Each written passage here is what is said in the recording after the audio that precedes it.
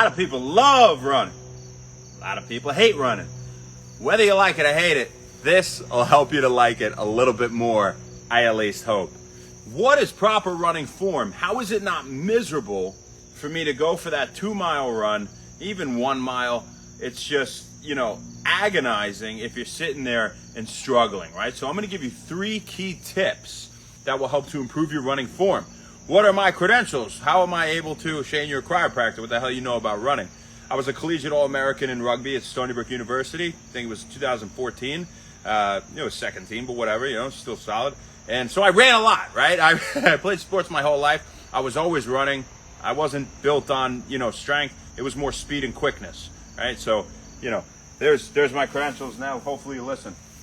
If you run like this, stop doing that, right? Stop leaning so far forward. Do you want momentum to carry you forward? This is our first tip. Absolutely. Of course you do. It makes it easier. Be natural. Be loose. Be smooth, right? So let momentum carry you forward, but you don't want to be diving into the ground. So you don't want to be totally straight up, but you'd like to have a little bit of a lean forward, at least carrying you in momentum. Not leaning too much also helps you to keep proper form when you're lifting your leg, right? If you're all the way forward, you're kind of coming out here, or maybe you're coming here, it's not going to work right. If you're a little bit upright, when you come up, you can still get that nice hip flexion, right? Get that knee nice and high, and when you come down, what do you want to step on?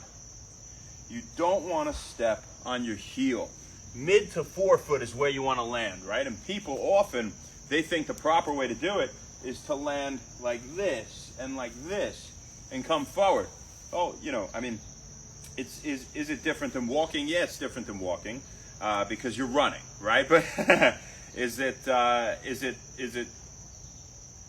no difference, I should say, in terms of the biomechanics? Well, no, there's a subtle difference because when you're walking, you can afford to have your heels hit the ground. You're not hitting the ground with tremendous amounts of force, right? But you would never want to do that and slam your calcaneus in the ground. So that's one. Do you want to run on your toes?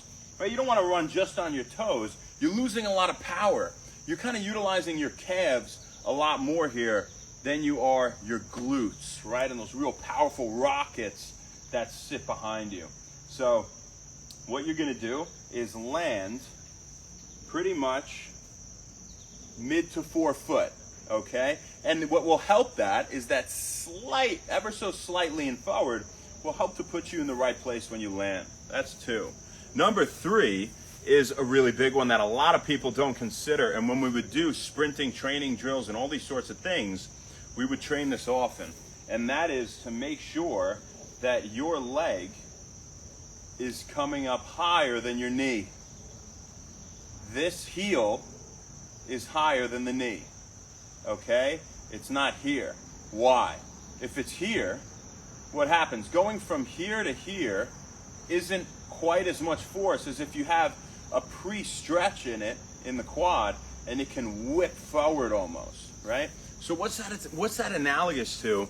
Well, that's analogous to, say, you're bench pressing, right? A lot of you bench press people out there, you can, how much you bench, bro? That's what people have. You can come down with that bar and hold it an inch above your chest and then go up. That's going to be difficult, right? They do that in Olympic lifting. They do that in terms of it being proper form in order for them to counter rep. But in terms of efficiency, that's not the best way to do it. You want to just bounce it off your chest? No.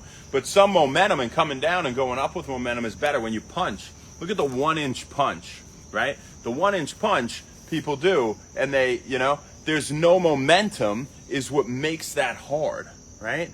So you have to create momentum quickly, very, very quickly. You have to be extremely quick. Do a good 1-inch punch. I'm not a 1-inch punch master or anything like that. I'm not saying that. But when you punch, naturally, what if you started here and you punched forward? Well, you wouldn't have the same power if you cocked it and punched, right? And so the same principle here with getting your heel higher than your knee in that angle. So that's the next one. And I guess I'll give you a 4th one. The last one is arms. You see people running with all sorts of arms. I love this one. This one's hilarious, Just a little flutter of the hands, the wrist.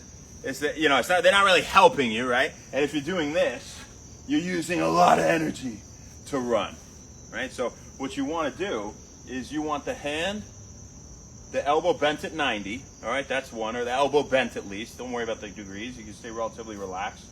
The thumb comes to the pocket or the hip. The thumb comes to the chest. Pocket, chest, pocket, chest, pocket, chest. So if you can get this motion down, you'll waste less energy, but you'll keep yourself moving. You'll assist your legs and your core in helping you to propel forward. So if you hate running and you don't even want to know these running tips, can you do cardio without running? Well, the answer is yes. You can definitely do cardio without running. I do it all the time in the gym. You do a lot of drop sets. You do some heavy weight in the beginning. That takes a lot of energy. You know, when I train people, if they go through sets with decently heavy weight that really test them, they're dripping sweat. I mean, that's an exhausting thing to do. It expends a lot of energy, right? So you don't necessarily need to run to be healthier, but do keep in mind, aerobic exercise is the best form of exercise for keeping patent arteries, for your heart, and for your brain. You produce the most brain-derived neurotrophic factor. Brain derived from the brain, nerve trophic is growth factor. We explain that 400 million thousand times here on One Wellness. And rightfully so, you should explain it if you can say a word like that. Promotes brain cell production, right? Brain fertilizer. So other ways to increase that be being less stressed, getting more sleep, eating certain foods, things of that nature. Taking Super U has 4 things that boost BDNF, actually five. But, you know, that's what we got for you guys, man. I think it's a really common topic, and somebody had a question, you know, last week about it. I didn't know if I should really devote a video to that, but if you're going to go running, go try that. And my other advice is maybe mix up how you run. A great thing is interval running. So interval running says you pretty much keep, you know, a jogging pace for a little bit, and then you pick it up for 50 yards, 100 yards, then you jog. Then you pick it up, then you jog. To me, that keeps it a little more interesting than sitting there and just going and going and going and going. But I will tell you, when you go for those decent runs, you get that runner's high. I mean, it really is a true thing. You're releasing those good endorphins, that dopamine, serotonin, and you feel great, right? So mix it up in terms of interval running, but also if you're a distance runner, maybe sometimes do sprints, right? And this isn't for people that are just training for distance running or sprinting. Some days you could go to the field, do 5 100-yard sprints. Do your leg swings first, of course, you know. Yeah.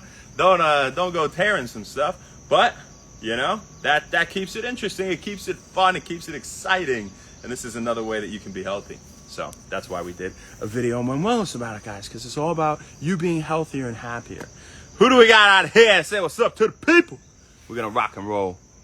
We've been working a lot. Sorry we seem a little tired today. We've been going ham all day. James GM, what's new, right? Ed for the win, you know. What's up, Tommy? Rudigrams, WTF, Adrian. You Brandon Malone, bop. That's for you. Kesey, Master Day, Beast from the East, what's up? How you doing, brother? We're getting a good workout next week for sure. Ash, what's up, girl? How you doing? Very beautiful lady. DOS4371, Brandon Malone, and Anthograms. If you don't have any questions, as for now. So we got for you, folks. We'll see you tomorrow, baby. Not sure where, not sure when, but we'll see you then. Have an amazing rest of your day. Thank you guys very much. Happy One Wellness. Go get out for a run. It's a beautiful day. It might rain soon, cloudy, so do now.